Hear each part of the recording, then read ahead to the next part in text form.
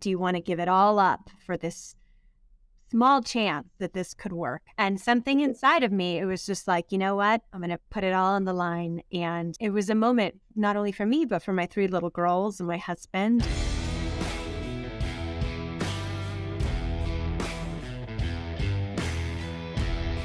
This is Unlawful. Hello and welcome to Unlawful. As always, I'm Brandon Renken, and with us today is a very special guest, Harris County Commissioner Lesley Briones. Lesley, welcome to the show. Thanks so much for inviting me, Brandon. It's great to see you. Great to see you as well. Lesley and I have known each other now for approximately a decade. At one of her prior careers, I sent her a letter because I was desperate to work for her, actually. Since then, it feels like Lesley's lived 3 or 4 lives while I've been just kind of moving along in the same career on the same path. But Lesley, can you tell us a little bit about your career and how you got to be where you are today? Sure. Thanks again, Brandon, for inviting me. And I'll never forget your cover letter. It was literally one of the top 3 I've ever read in my life, and I've read thousands. So I just, authenticity just jumped out, and that's my favorite thing about you. So it's nice to be reconnected. So yes, my career has been a series of just various chapters. It's gone from being an 8th and 10th grade teacher on the U.S.-Mexico border, where I'm from, to being a lawyer at a big law firm down the street at Vinson & Elkins, to working at a national nonprofit as the general counsel and chief operating officer for about 8 years, to becoming a judge, a civil court judge, and now I am one of the 4 Harris County commissioners. And I've enjoyed every chapter, and I'm also an adjunct at U of H Law Center and the proud mother of 3 little girls. The number one thing I wanted to ask you about was your current role, because it is so interesting to try to understand all of these different facets of city, state, and federal government. And I'm not sure that I even understand fully what you do as a commissioner. Harris County and all counties in Texas have 4 commissioners and 1 county judge. So it's a 5-person body. So Harris County is bigger than 26 states, and I have a 4th of that. So I'm the commissioner of Precinct 4. Precinct 4, landmass-wise, is bigger than Rhode Island. Population-wise, my precinct is bigger than 9 states. So we have 1.2 million people in the precinct, which is about twice the size of an average congressional district. And as commissioner, I see it as 2 parts. One is you're the super mayor without a city council, or governor of a small state, whatever analogy you want to think of, that is in charge of working on everything from sidewalks to potholes, roads, parks, flooding, to healthcare, public safety, and everything in between. So you go very, very deep in your precinct.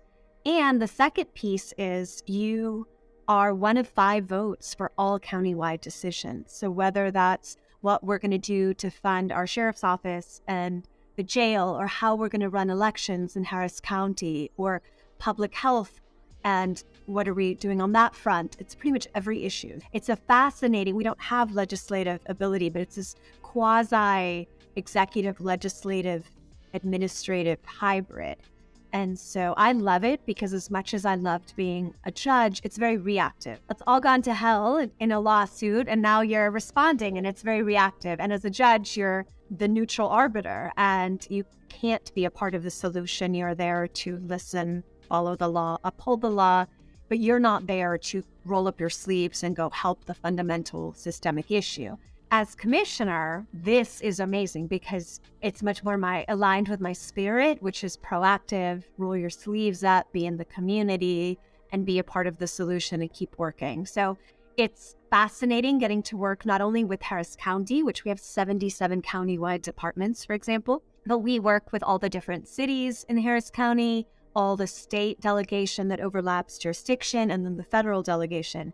So it's really wonderful getting to dive in and working with these different layers of government, as well as, the private sector, schools, places of worship, and all of the actors and stakeholders that make the community what it is. Being one of 4 commissioners, and then also being within a state and then federal system, how do you balance the macro and micro interests? Because to you, it sounds like it must necessarily happen at multiple levels. So it It's interesting and fascinating, and we're 3 months in, so I'm still navigating it, to be frank.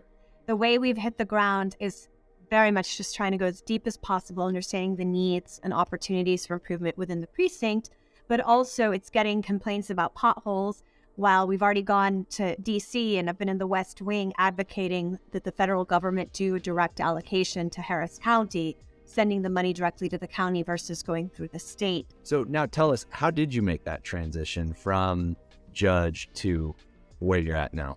Yes. So it's funny, someone who's totally type A and had everything planned, I feel all the best things in my life have been completely unplanned and unexpected blessings, whether that was moving to Houston, and which I never had intended on doing, which is where I met my husband and fell in love with the city, to getting a call out of the blue one day from what is now Arnold Ventures. They were starting up a team, to getting a call that there was going to be a vacancy on the bench. I was there on the bench. I was planning on running again. Was appointed in 2019. I had to run in 2020 for the unexpired term. So I was going to be on the ballot in 2022 again, as to get on the 4-year cycle for the judicial bench.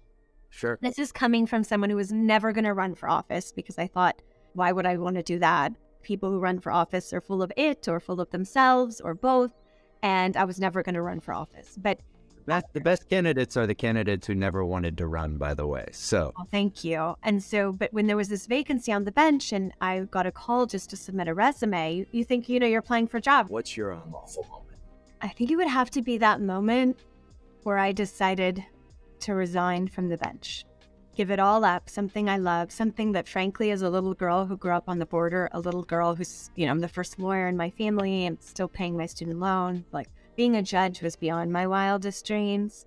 And to have something that was something you like, something where you're serving, something that's safe, relatively safe, and to put it all on the line for something that is highly risky and unknown, right? I'd never been a commissioner. I knew what they did, but not really, right? You just know from afar, and just putting it all on the line for what could be.